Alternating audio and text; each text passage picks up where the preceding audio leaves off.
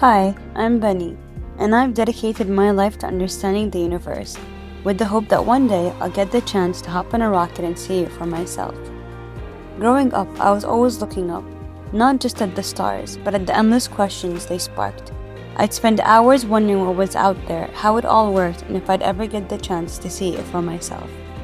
This is Space Bites, where I take the overwhelming, mind-bending world of space and break it down into small, easy-to-digest pieces. Think of it like snacking on the cosmos. Quick, simple, and deliciously full of wonder, so anyone can understand and enjoy it no matter their background. Why? Because every atom in your body was forged in the heart of a star. The carbon in your DNA, the oxygen you breathe, the calcium in your bones, all of it began in stellar furnaces, which means, quite literally, the universe is in you. You are the product of cosmic alchemy billions of years in the making. The same processes that built galaxies also built you, linking your existence to the cosmos itself. Look up at the night sky, the stars, the galaxies, the glowing clouds of gas. All of that is just the tip of the iceberg. Most of the universe is made of something we cannot see, touch, or hold, which is called dark matter. It makes up 5 times more of the universe than everything that we can see. And you may have asked yourself these 3 questions about dark matter. If we can't see it, then why should we care? Well, that's because dark matter shapes galaxies. It keeps stars together, and it literally determines the structure of the cosmos. How do we know that it exists? Well, galaxies spin too fast. They should fly apart without extra invisible mass holding them together. And that light bends around galaxies more than it should, as if there's hidden gravity at work. And lastly, what are scientists and physicists doing about it? While they've built colliders like the Large Hadron Collider at CERN to search for new particles, they have telescopes scanning for signals in space. And lastly, they have huge underground detectors filled with liquid xenon. And that is exactly what today's guest, Dr. Nicolas Angelides, is here to explain to us on Space Bites with Benny.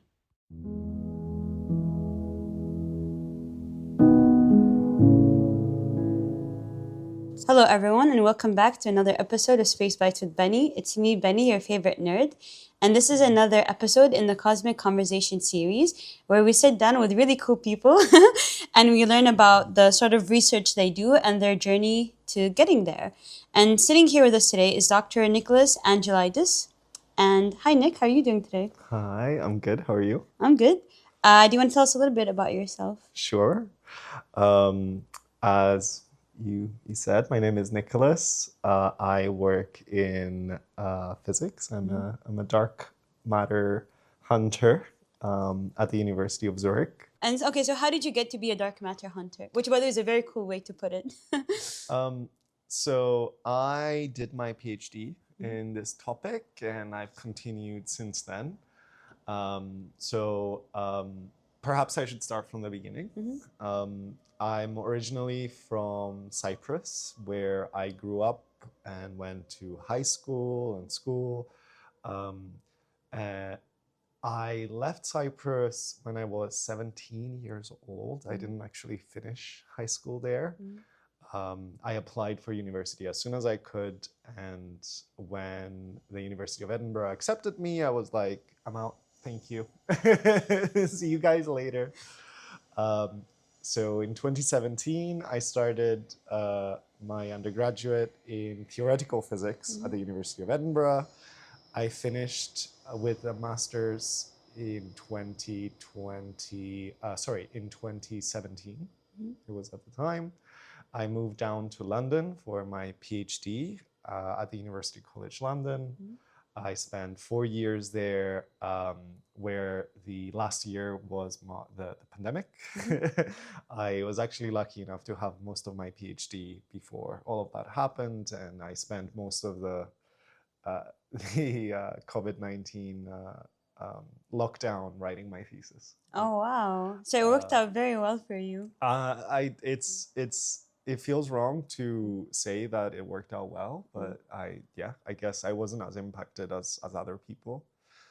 And then staying in London, after 8 years in the UK, I was like, yeah, give me more. So I didn't even move house between my PhD and postdoc, but I did move university from the the UCL, going to Imperial College, where I spent 3 years there in my first postdoc until 2024 when I moved to the University of Zurich. And that's how we met.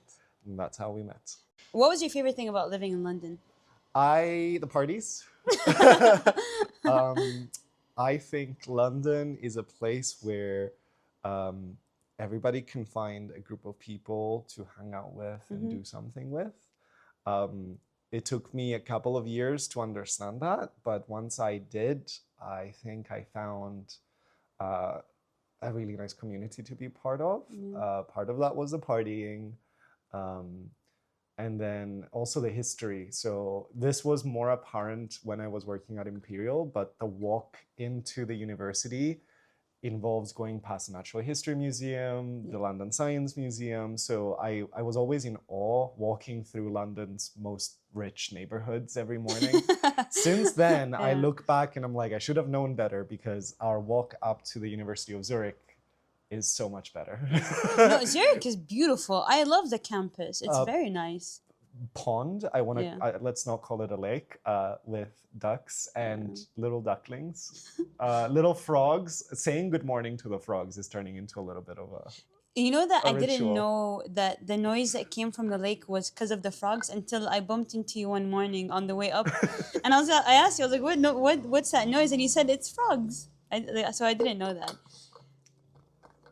Okay, so according to, obviously I researched you a little bit before when I asked you to do this episode, and it says that you're very passionate about art and you have a little bit of experience with that. So do you want to explain how that plays into your journey? So I was always a creative kid. I say that as a little bit of a euphemism, as it's often used to describe gay people. But I was indeed the creative kid. I loved making things, and I took that as an indication that maybe I'm going into kind of the creative field to begin with. So I was looking into architecture as a profession. Then I was like, no, this is too structured, even engineering. Like I was like, just give me art. So for a long while I was building a portfolio, and I really wanted to be go into fine sculpture. And the way I looked at things was, first I was having lots of fun doing it, but what art does is really beautiful in that it isolates and describes elements of nature, whether it's a feeling, whether it's a moment in nature. Then I slowly realized that that could be applied to things like math and physics. I was doing some A-levels just in case I needed to just to have that net of protection, or I guess the backup plan was always like architecture, maybe something a little bit more structured. You know, the classic conservative parents, you need a profession that makes you a paycheck at the end of the day. Or a degree to fall back on in case the art thing doesn't work out. Exactly, yes. So I was doing all this math and physics on the side while also doing all this art. And then at some point I realized, well, wait a minute, math and physics does something very similar to art in that it also captures and isolates elements of nature and describes them, in this case, in the form of equation, mass, different relationships. It's also very abstract and open to interpretation. And then all the philosophical implications. You're studying the universe. You're studying where we came from in a way, where we're going in another way, and what this is that we're part of. So I think a combination of these things convinced me that physics can be very artistic, can be very creative, and I took the leap and went with a physics degree. I don't think I regret it. Oh, good. I've been able to keep creative. So there's definitely nothing I would do different.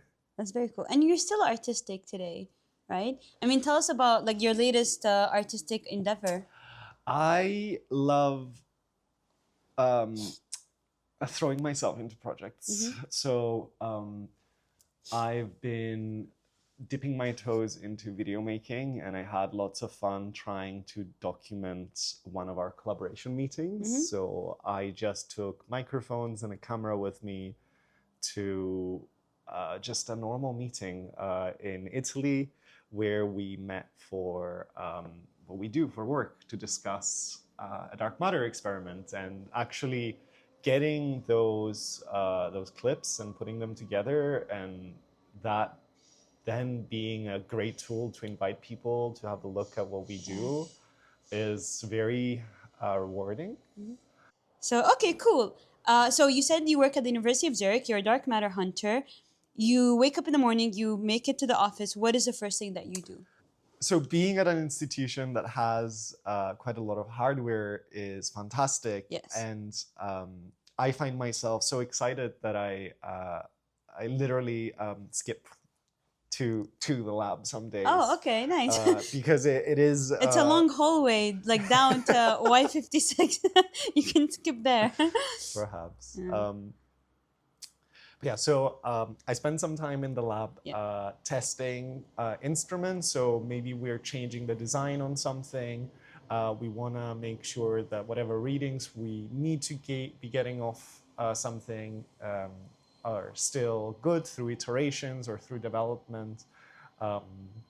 And I do a lot of that. I am also in the process of designing my own little small experiment that I'm taking a lot of pride in having conceptualized from the beginning, and now pushing through the actual design and construction phase, and hopefully taking some data in the next few years.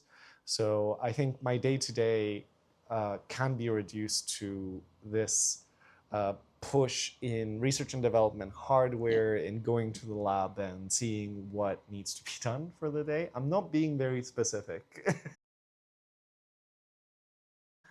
One fantastic habit that I've developed over the last year is checking in on daily publications on some keywords that I'm specifically interested in through my research. So anybody that mentions the word dark matter that's published in the last 24 hours, I want to be aware of it. I want to know why they brought this up, what they're doing, how they're solving their problems. So there's a lot of cross-pollination of ideas that I want to be part of. And the scientific community is really a community, and does derive a lot of its strength through that communication. And you reach out to them, like you read their paper, you think what they're doing is interesting, you email them saying, hi, this is what I do. I've never reached out to somebody yet, okay. At least somebody that I didn't know before. I often find a paper and I'm like, oh my God, I know this person, this person, this person. Yeah. Let me drop them a message.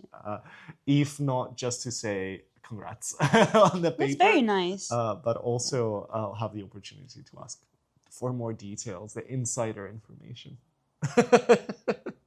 My day nowadays will compose of two main parts.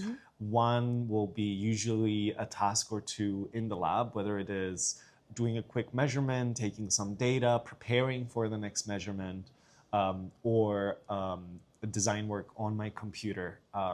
Design work can involve simulations on a potential design that has been constructed or not constructed for an experiment, but it could also involve literally designing the physical aspect of the experiment. So I've been doing a lot of 3D design just to set the parameters that we need for building this new detector. Like how do you go from having nothing to having something so specific? Yes. You spend a long time tweaking every single detail about it, and you provide those very specific instructions to the people that can build that for you.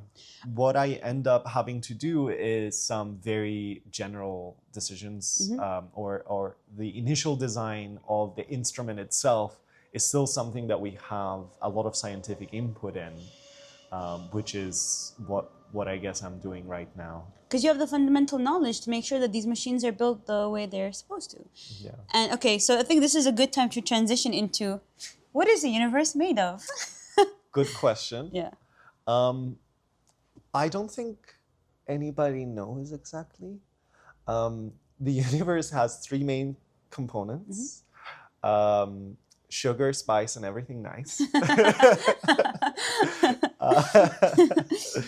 The universe has three main components: matter, dark matter, and dark energy. These terms correspond to, if we think about it as three populations or three entities or three types of things, large categories in the universe.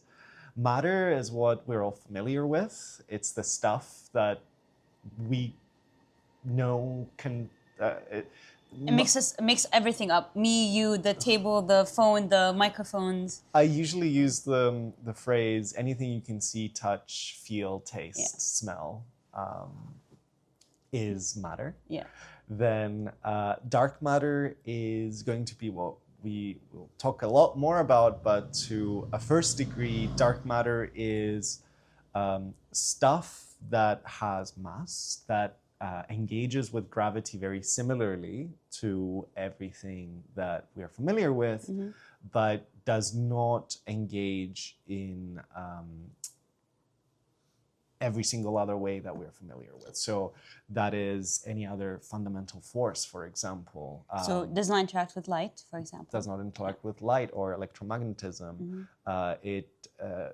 As a result, it means that this dark matter thing is invisible or transparent, in that light does not get absorbed by it, and light doesn't care about going through it.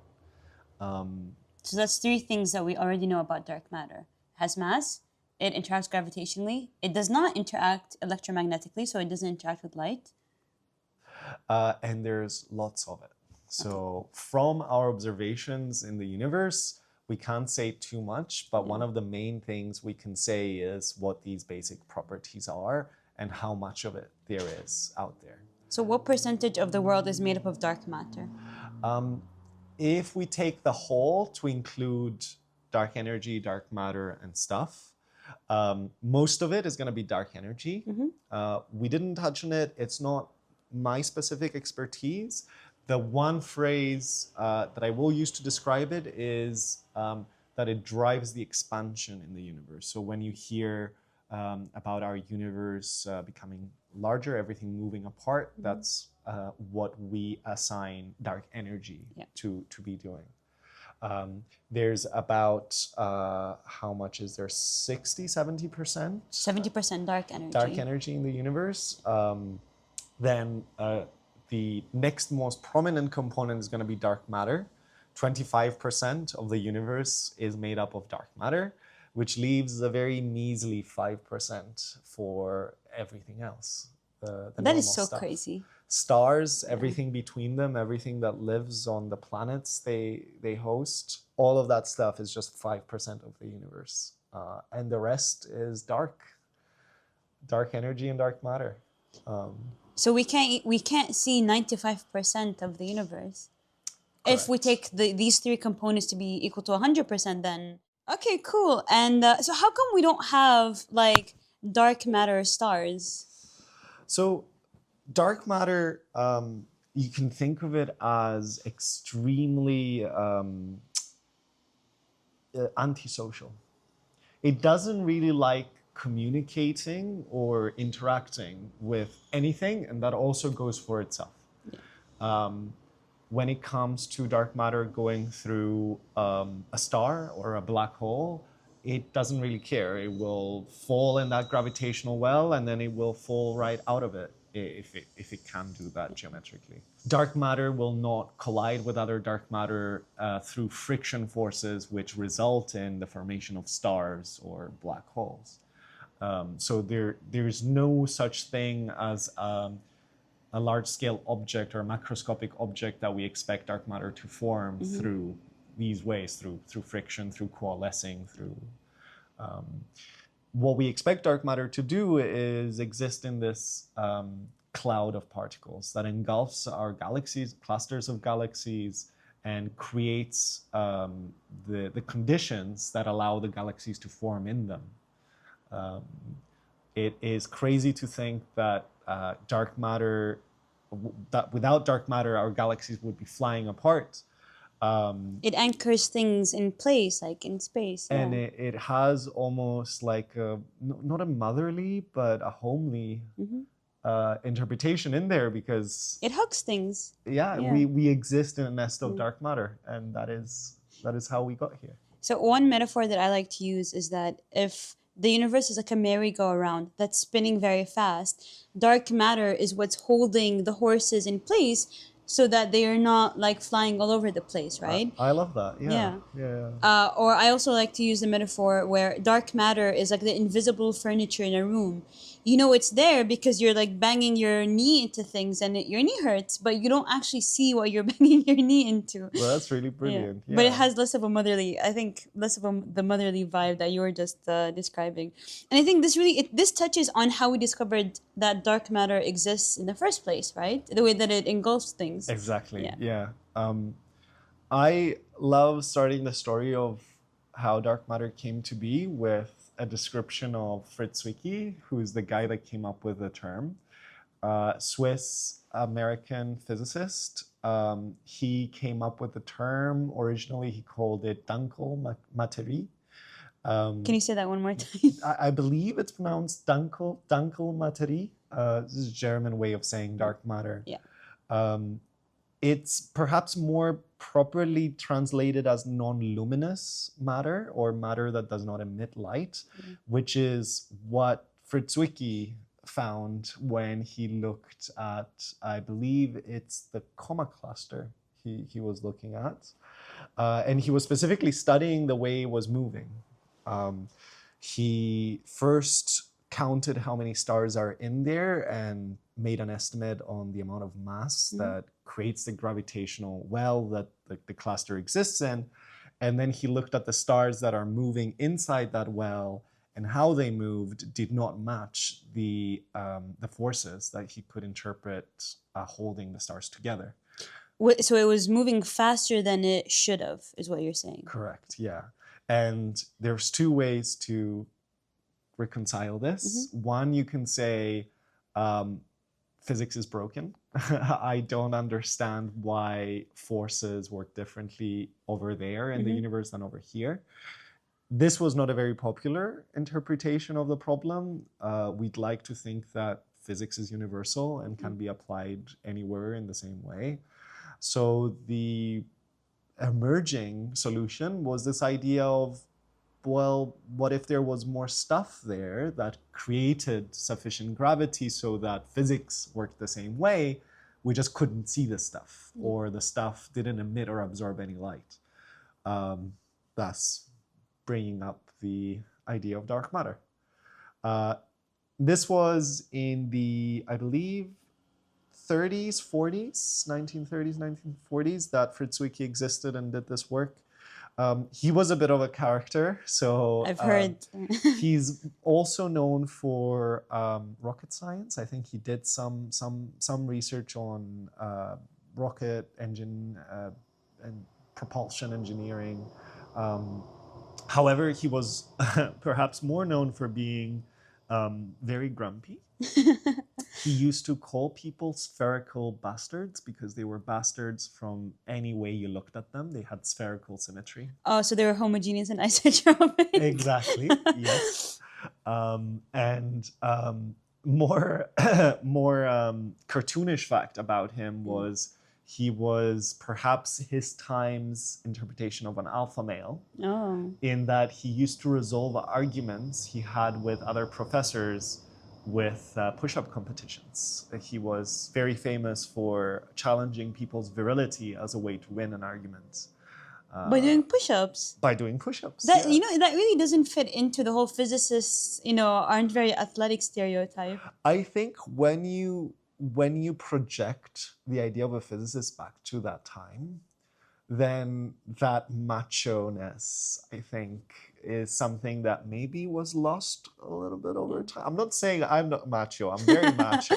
And so is every man we work with. But I think I'm happy that we move towards a more genuinely meritocratic way of solving our arguments rather than... Okay, so Zwicky wasn't great. So when Zwicky was going on about this dark matter stuff, not a lot of people paid attention. Partly because of who he was as a person, partly because these were the first kinds of observations. good telescopes were just coming online, and we didn't really have the technology that we have today to take thousands and thousands of examples of a system that we can study and look through statistics. He just looked at one cluster and he said, Yeah. there's something wrong here. Maybe there's something we don't understand. Yeah. It took 30 years for somebody else to come along. That somebody else was Vera Rubin, American physicist, a legend in the field of dark matter, for the reason that she was really the one to do the work that it took to convince the community that, wait a minute, dark matter is an actual problem that keeps coming up to any kind of observation that we make. Like the more galaxies Vera looked at, the more evidence she found for this problem again and again in the same way. And through her work, actually, she wasn't just able to convince people that dark matter was there, she was also able to map how much of it was there and how it was distributed in galaxies. How did she do that? Again, by looking at the way things moved. So looking at how fast galaxies moved at different distances away from their center, you can make assumptions about the amount of gravity that it takes to keep this system from not flying apart. And you can do that at different distances. That's giving you an idea of how much dark matter needs to be at the center versus on the outer parts to give you what you see. Wow. Yeah. This is also known as rotation curves. So looking at how the galaxies rotate produces a curve or a plot, a diagram, a curve of this relationship of how the speed changes with distance, which is what Vera Rubin used to characterize how much dark matter there is in galaxies. And that's why they named the new Chile Observatory after her. Yes, she deserves much, much more. Yeah. So what other evidences, other than galaxy rotation curves or diagrams, are there for dark matter? That's a great question, because that's exactly what the scientific community was asking. Oh, okay, cool. Right? It's you're seeing this at a very specific scale, which is the scale of galaxies and galaxy clusters. But if dark matter is such a big component of our universe, then evidence should be across all scales, across all times in the universe. I'd say the most important alternative source of evidence beyond what we see in galaxy curves comes from the cosmic microwave background. I've heard it referred to as our universe's baby picture. Why? Since it represents a snapshot of what our universe was doing just nearly 400,000 years, is it 400,000 or million years after the Big Bang? 380,000 years after there the we Big go. Bang.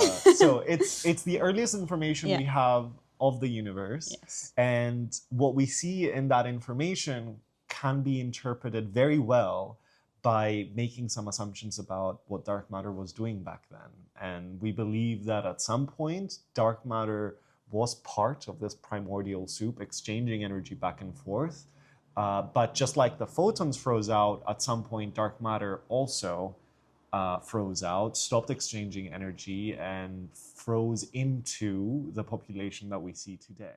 I think the cosmic microwave background representing such a different time period in the universe, and also showing evidence that can only be explained by assumptions about how much dark matter was and what it was doing when it comes to exchanging energy back and forth with real stuff. Yeah. All of that evidence would not look the way it does if we didn't have something like dark matter in the universe. So it is a hypothesis that came out of a scale, a galactic scale, and a time that represents our current time in the universe. But it is a hypothesis that then has had every single confirmation that we would expect to see in line with what that hypothesis stipulates. So dark matter is a big part of the universe today, but it was a big part of the universe at the time of the Big Bang and that early stages of the universe. So much so that the evidence is coded into the CMB and what we see today. Wow. Yeah, we got there. Well, it's still I already know this stuff, but it still blows my mind. So we know that it's there, Correct. Yes. and it was So, theorized not even like less than 100 years ago. nearly, yeah, Yeah. almost 100 years ago, yeah. And we still don't know what it is. The Higgs boson took, I believe, 70 years from hypothesis to discovery. So dark matter is gravitational waves, Yeah. 100-ish years. So we have a little bit to go to surpass gravitational waves, I guess. It's playing a little hard to get. What are some misconceptions about dark matter that you want to clear up? That it's black somehow, or they think of dark matter as some like matte thing that's non-reflective, but Or something villainous almost, like an evil character. well, we don't know about that. You just said it's like a mother that's like engulfing and hugging our galaxy. What do you True, mean? but Yeah. I always like to tease any audience with this idea of there could be a whole dark world out there, right? So Yeah. there's 5 times more dark matter than anything else. I don't think there's dark humans. I don't think there's dark chemistry or dark biology, Yeah. because dark matter doesn't have the properties that normal stuff has, which causes these mechanisms to emerge. But there could be more than one thing that we would call dark matter. There could be another standard model of dark matter particles that could be waiting for us. Also clearing up the fact that dark matter and antimatter are two completely different things, because I think people sometimes get those mixed up as well. Yes. Antimatter is still matter. It's still something we can see, smell, touch, feel, hear. And it annihilates, or it interacts very aggressively with normal stuff. So antimatter is very, very reactant. Yeah. Dark matter is the exact opposite. Again, antisocial, doesn't interact, doesn't exchange energy with either other dark matter particles or normal stuff. Have you ever been to the antimatter factory at CERN? I haven't, no. It's the only place in the world where they have anti-hydrogen. Very nice. Yes. Yeah, very nice. All right, so we talked a little bit about what dark matter is, what is dark matter not? Maybe this is a fun game we can play. Yeah. So dark matter is not, we said it's not some Marvel villain. It's not the cereal that you eat in the morning. It's nothing that we're familiar with. It's nothing that we know. Yeah. It's something that is different than everything else that we have experienced in the universe. It's heavy, so dark matter is not. It's not entirely invisible. It's not ghosts, because gravity still provides a way for dark matter to express itself in day-to-day life. What is dark matter not? Dark matter is not a fuel. It's not a jet fuel. Futurama uses it as a rocket ship fuel. So dark matter is not rocket ship fuel. Dark matter is not a TV show. That's a recent development. Dark matter is not charged. It doesn't have a magnetic field. It doesn't have an electric field. It doesn't. It's not stationary. What else? Wait, what do you mean it's not stationary? So I've described dark matter as a cloud of particles that exists or engulfs a galaxy or a galactic cluster. That cloud of particles, just like in our atmosphere, each molecule of air is not stationary. Like you may not be able to feel wind on you right now, but it doesn't mean that the air is still. The air is constantly moving and bouncing off the walls, your face. So you're saying dark matter is all around us and it's moving. Correct. So it's flowing through us or passing through us without us noticing. Okay, so we talked about this a little bit as well, and I mentioned that we don't know what we don't know because we might not have the organs to perceive it. We see light, we hear things because we have eyes and ears, but we may just not have the organs that are required for us to perceive things like dark matter and dark energy. So okay, so we know that it exists. There's a bunch of evidence proving that it exists. We know what it is not. We know a little bit about what it is. How do we detect it? And I think Right. this is really the main dish of this episode. So we have some suspicions. Our main suspicion is that dark matter. Our main suspicion is that there is. It is not impossible to interact with dark matter. So I've expressed dark matter to have this property of being antisocial, of going through stuff.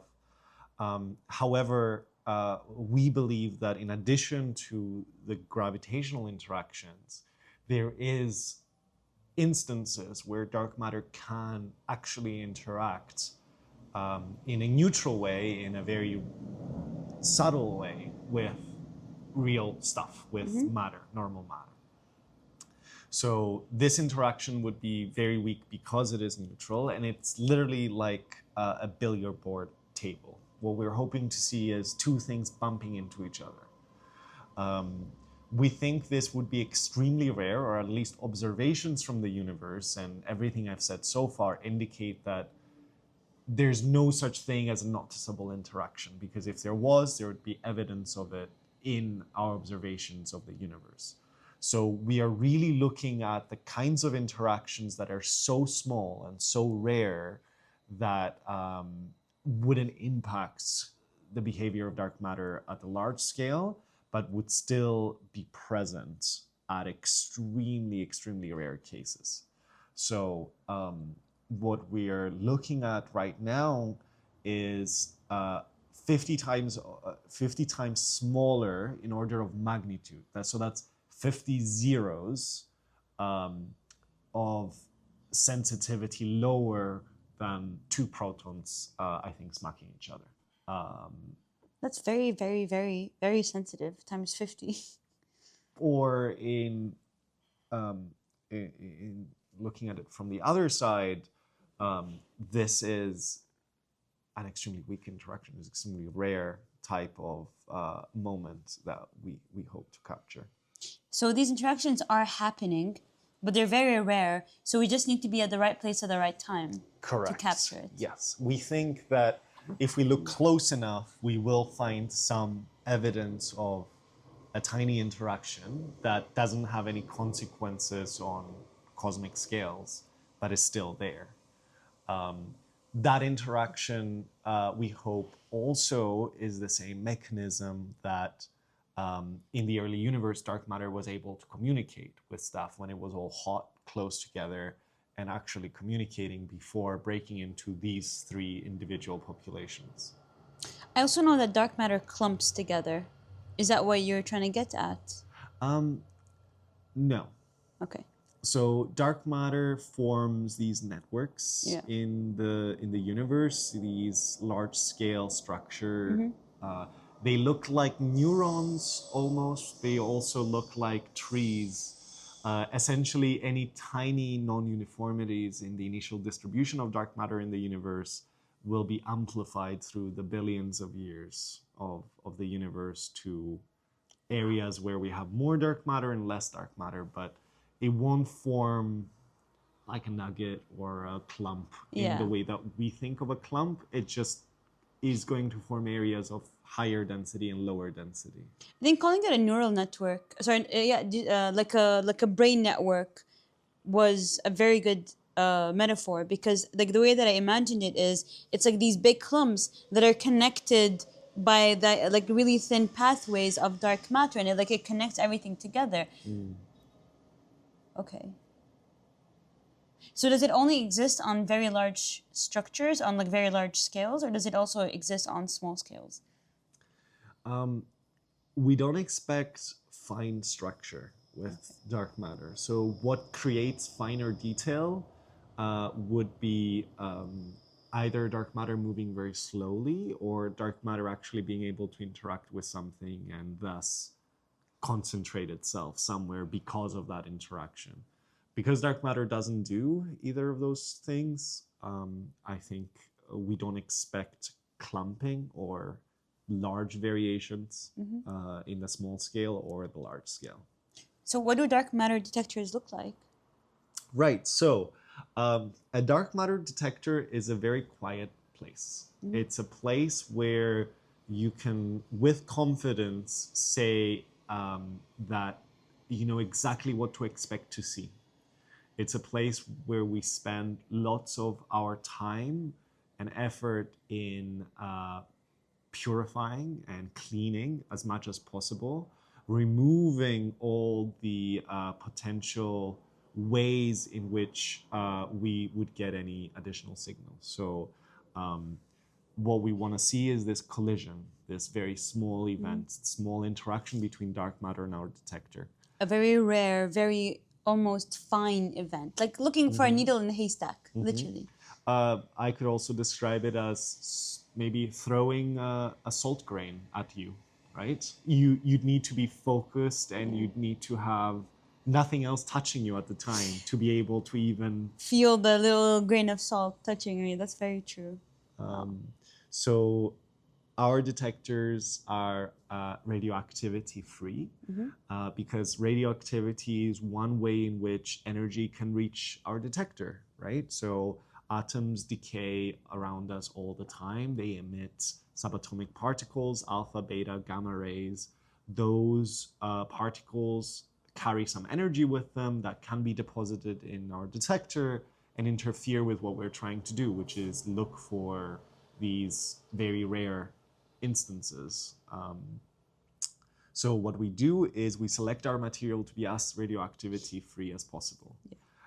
This is removing any sources of internal backgrounds or internal interference with our search. But everything gives off some form of radioactivity. Even we give off some form of radioactivity. Correct, yeah. So how do you, if you've got human beings working in the lab, how do you kind of remove that? How do you cancel that out? Sure. The most important aspect to keep radioactivity free is going to be the components that are right next to your detector, your sensitive volume. When it comes to things that are further away, those things can be shielded from using literal armor. In our case, what we use to shield ourselves from these radioactive particles are things like water. Water is very good at stopping radioactivity. In some extreme cases, we might use lead.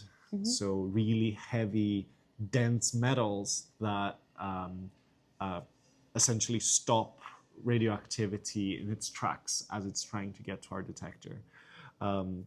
I usually describe the levels of radioactivity to be lower than a single banana. Banana is a very radioactive fruit. Yes. Not a lot of people might know, but yes, potassium is radioactive.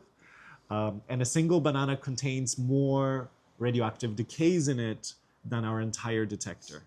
Now, we are able to purify so well because we build our detector with very pure material like copper, stainless steel, or very pure plastics. Things like humans and organic life is a lot more complicated, so you can't really look for radioactivity free there, and this is why we rely on shielding. To an even further extreme, our sun is very loud in that there's high energy cosmic radiation, some of it originating from the sun, some of it originating from deep space, and that is constantly going through us all the time. Like right neutrinos? Now. Yes. It goes through you even more when you're flying, when you're high above the atmosphere. And in a similar vein, all of that radiation can be shielded by going deep underground. And this is why the kind of dark matter experiment that I work with relies on going deep underground to shield from not just radiation from all around us, but radiation that's coming from outer space, the sun, upper parts of the atmosphere. So you're basically Batman, and you spend a lot of your time in the Batcave working on experiments. That's very cool. I also like to describe it as we're like a satellites in that we construct our experiments, and instead of launching them up, we launch them down. Yeah, that's very true. So let me ask this more specifically. Is a dark matter detector like as small as a sugar cube that you put in your pocket, or is a dark matter detector like a like a call tower like that you see at airports? Like what is it really to people that have no idea what this looks like? How would you best describe it? Sure. From the outside, it looks like a big cylinder. 20 years ago, they were the size of sugar cubes, and this technology is very good at scaling. We started out with a few grams of this material, liquid xenon, which is very good at what we're trying to do, which is catch dark matter with it. But only if, because we have to talk about the different types that dark matter could be. But xenon is only a good way of detecting dark matter if dark matter is weakly interacting. What does that mean, Nick? What does it mean for dark matter to be weakly? So we spoke about dark matter having loosely defined properties, and we are not really testing for those properties. We want to detect something. We want to detect a particle, right? And there's different ways to fit these properties in the shape of a particle. You can create a particle that's very similar to everything else we're familiar with. So a particle that weighs as much as a proton or as much as a neutron. And then you can also make some assumptions about the kind of interaction it will have with other stuff. So we know it is going to be a weak interaction. There's the weak nuclear force, and thus the name weakly interacting dark matter came up from. So weakly interacting dark matter, or WIMP, refers to only one set of models that describe or that justify the behavior of dark matter that we see. Different models solve these issues with different particles. So for example, axions are a different candidate for dark matter, which emerge from a different area of particle physics, but seem to have the qualities and characteristics that make them a valid candidate, in that they're very antisocial, very non-interacting. But what differs them from the previous candidate, WIMPs, is the mass range. So a dark matter particle can be very heavy or very light in both a particle physics sense. So it could weigh as much as an electron, it can weigh less than an electron, it can weigh as much as a proton, more or less. But even at larger scales, so that is the scale of particles that we're familiar with, but there's been people suggesting that nothing stops us from creating a model for a dark matter particle that weighs as much as a house or a cow or... Wow. You could even go that far? You could, yes. You would then need to spend a long time creating the theoretical framework that allows you to essentially bring that assumption to agreement with data that we see today. So you need to also come up with a way for that model to be created, for those particles to be created at the early universe, but also the way that we observe dark matter to behave today. If dark matter becomes too heavy, then people can start suggesting, oh, what if dark planets, dark stars, etc., or what if dark matter is really just floating black holes in space? But all of those models that are more consequential usually impact what we see in the universe. So for example, the idea that dark matter could be solved by a whole bunch of small black holes does not agree with recent observations of black hole mergers, because that would impact dramatically the number of black holes in the universe and thus Yes. the number of mergers that we observe. Yes. So whatever dark matter model that one can come up with, and one can have lots of fun being creative with coming up with dark matter models, they would still need to reconcile it with evidence, and it needs to exist as part of a whole of observations, not just I'd like to solve this problem and I don't care what that means for other scales and times in the universe. So you've got your cylinder, which Right.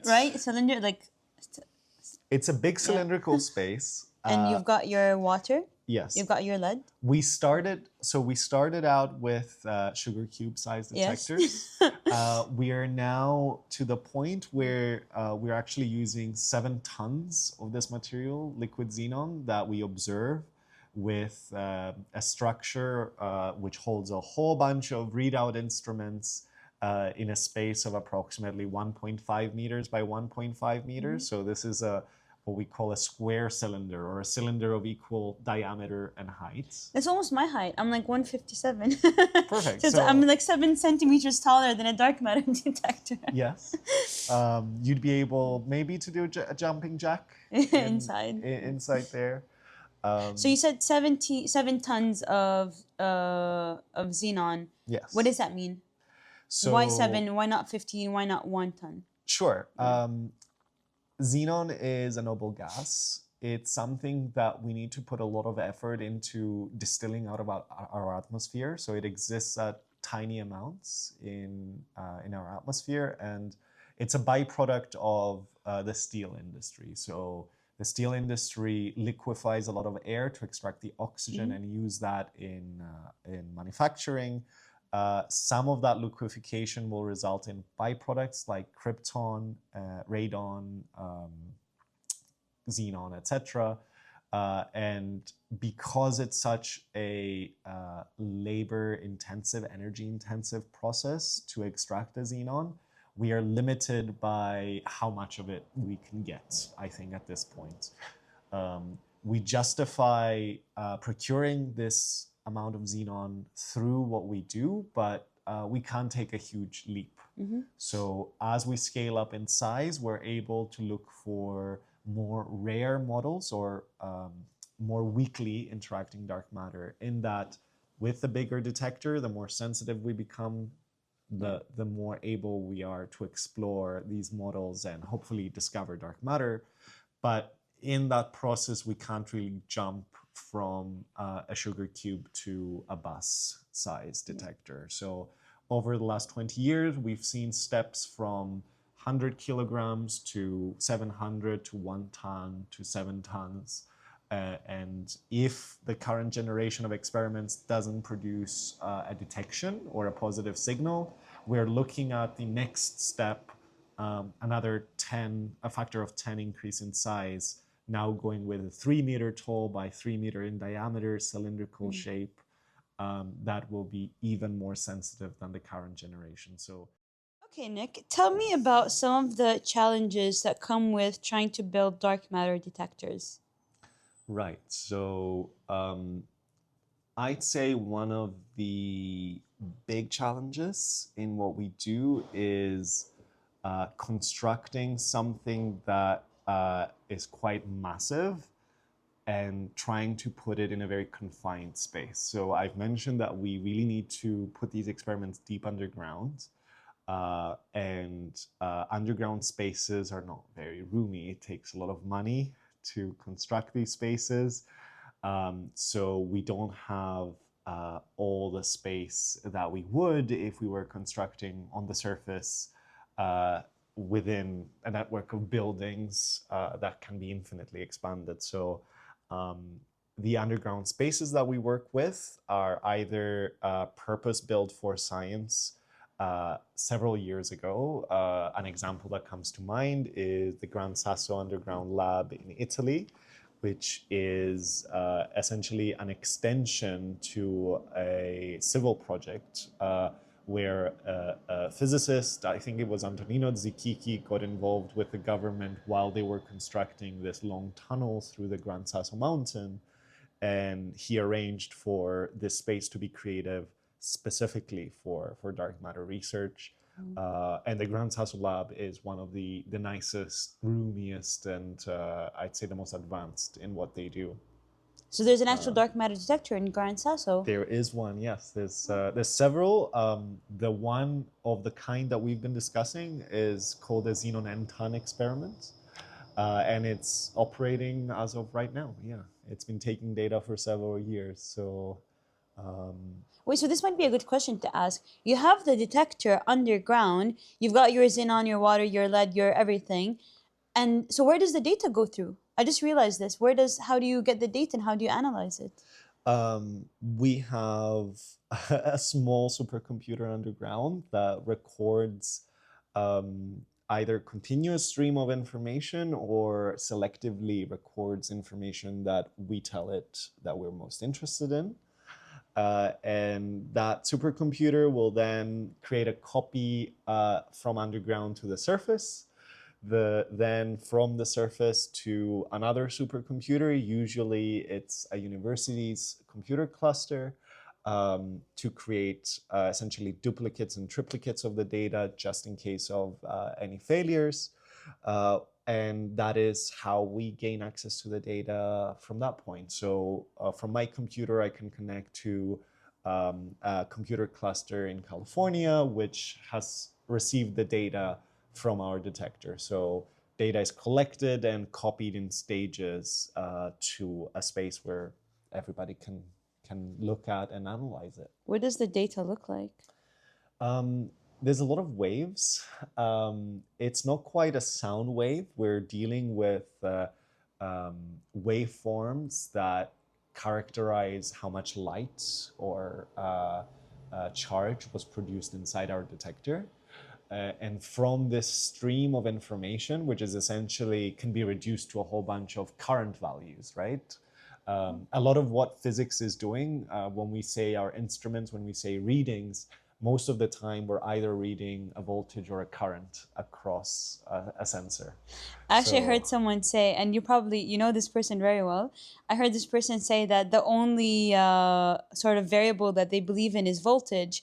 And he said, because if I told you right now to stick a knife in a socket, you wouldn't, because that's how I can prove that you believe in voltage too. Yeah, Yes. that's a good example. Yeah. That's very interesting. So you're basically just getting these like charge values because if you detect a dark matter event, then you would see a spike in this. Correct? Yes. It's very interesting.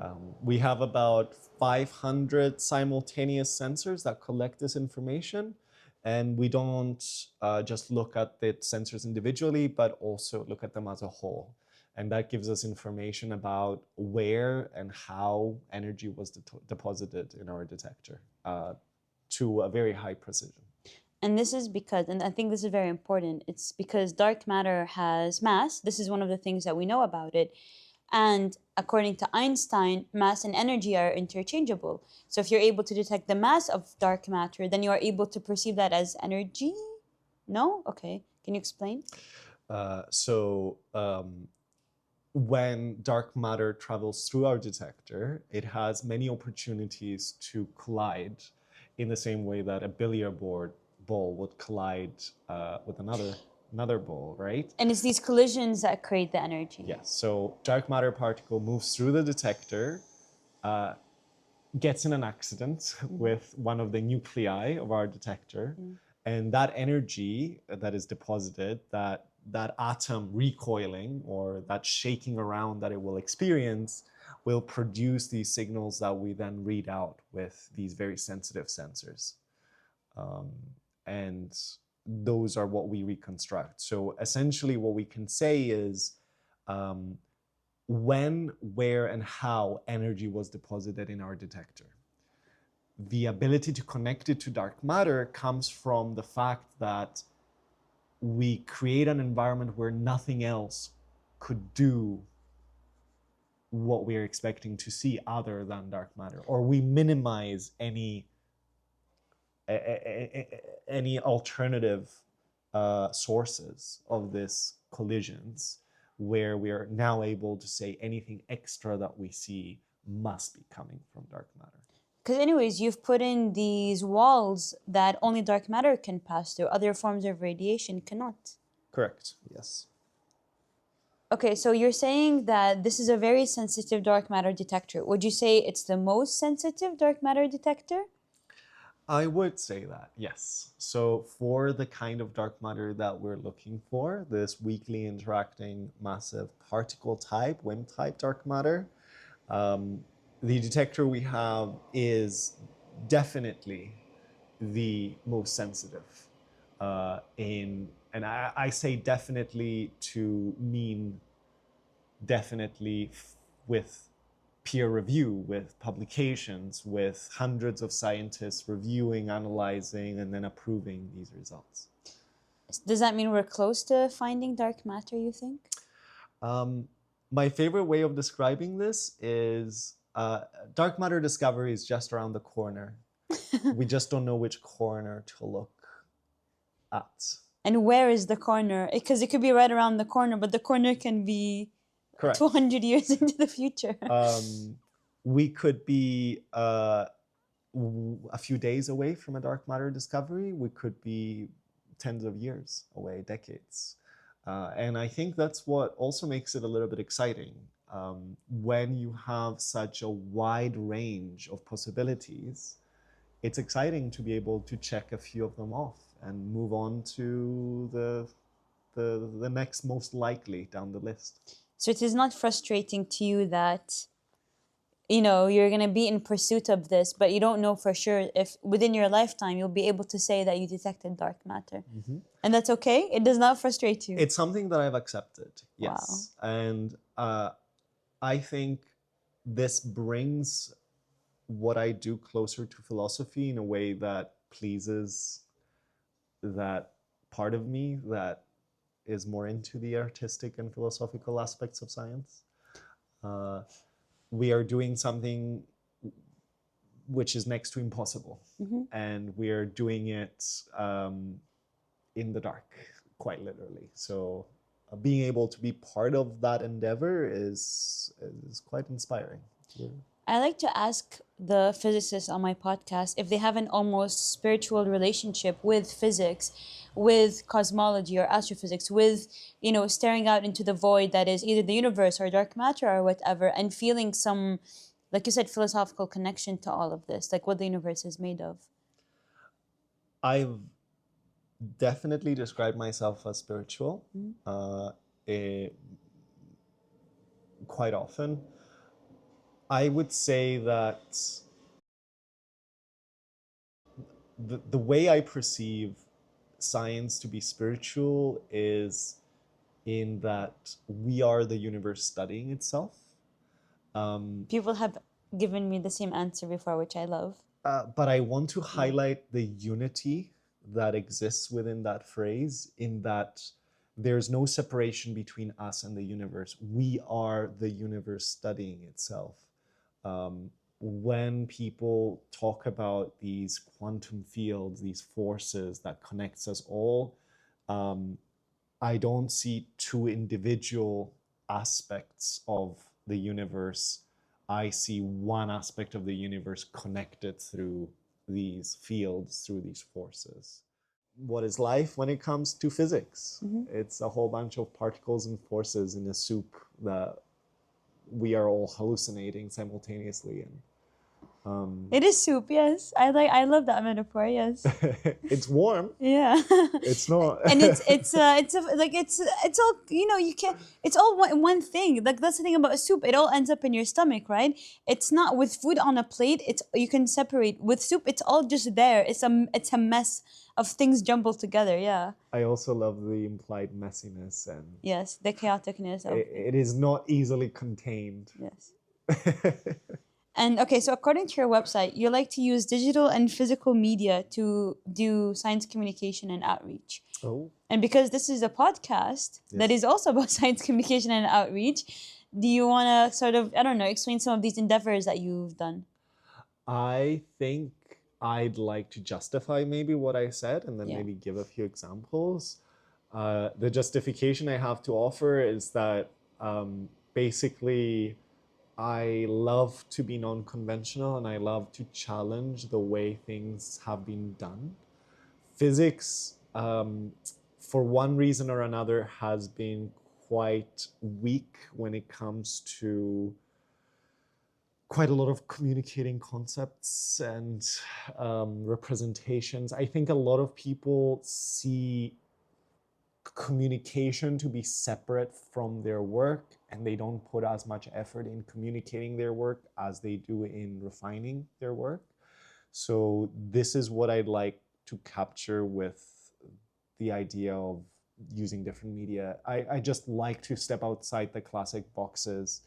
I love to, for example, take our data, make music out of it. It is a random number generator. It is not very meaningful or musically valuable, but it immediately allows you to experience our data in a way that a plot would take much, much longer to do that. It's like saying, you know, here's two things you can touch and feel with your senses that you're familiar with before I need to teach you how to read a graph or a plot. And I think I'm more interested in allowing people or meeting people where they are when it comes to understanding these abstract concepts, because we have the tools to understand everything. We don't need to create more tools to explain concepts that are already very complicated.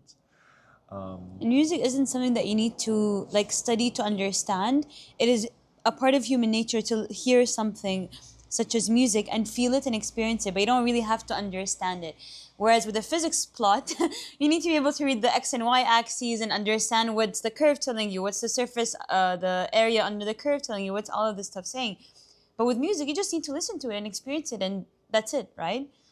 It's pretty cool. Have you ever seen the orchestra that took data from this observatory and sort of made like space music? I have not. I would You have love that? to see I will that. send you this. This is very cool. Okay.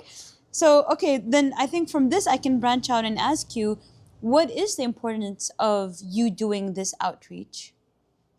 I think the importance of outreach extends to both myself and then the party receiving the outreach.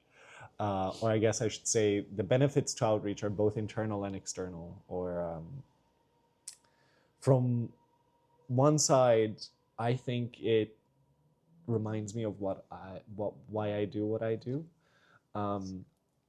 In our day-to-day, we don't just sit down and talk about how cool and how inspired we are to be doing what No, we're we doing. don't. So it takes a moment like this, like sitting down and talking about how our work is framed in the larger scale or in our day-to-day, that allows me to remember, yeah, we're doing something really cool. It's not just solving problems and being frustrated. It's actually, you know, step by step trying to unravel a mystery of our universe.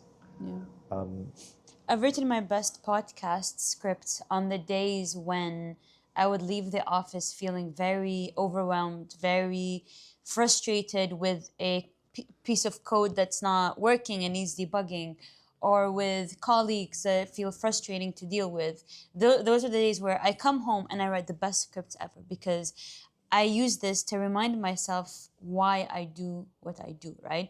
Because if you study it in class, you graduate, you become a full-time researcher, and you forget what it's like to be a student and have your professor tell you for the first time about things like the cosmic microwave background. And you're like, oh my God, that's so cool. I can't believe this exists. You know what I mean? Another thing is that in our day-to-day, we focus a lot on what we don't know. Oh, yes. In that we have problems to solve and we're not really talking about what has been figured out. Whereas now we can sit down and actually lay everything on the table and be like, actually, we know this, and this, and it's just this stuff that we're not sure about and we're trying to figure out. So Like how far you've come as a field and individually as a researcher. A point of reflection. Yeah. Wow. Wow. I feel like I've learned quite a bit from you today, Nick. Thank you. So I would like to take this moment and to thank you for coming on Space Bites with Benny. And I hope you enjoyed sitting down here and talking about what you love about physics. It's been a pleasure. I want to thank you for inviting me and congratulate you on the work and wish you all the best for the future. Thank you. That's very nice of you to say. Thank you. And to everyone, okay, actually, let's end the episode this way. To everyone listening right now, to any young person or old person that is curious about the universe or wants to pursue a career in physics, what would you say to them? What I have to say is that there's no right way to ask those questions. And actually coming up with a good question is oftentimes more important than coming up with a good answer to that question. So I'd say keep wondering and yeah, keep being creative in the way that you choose to explore the universe. Thank you very much, Nick. And so that's all the time that we have for today. And if you enjoyed this episode, please don't forget to hit the little bell button so you get a notification every time I upload a new episode. And that's it for today. Thank you for listening.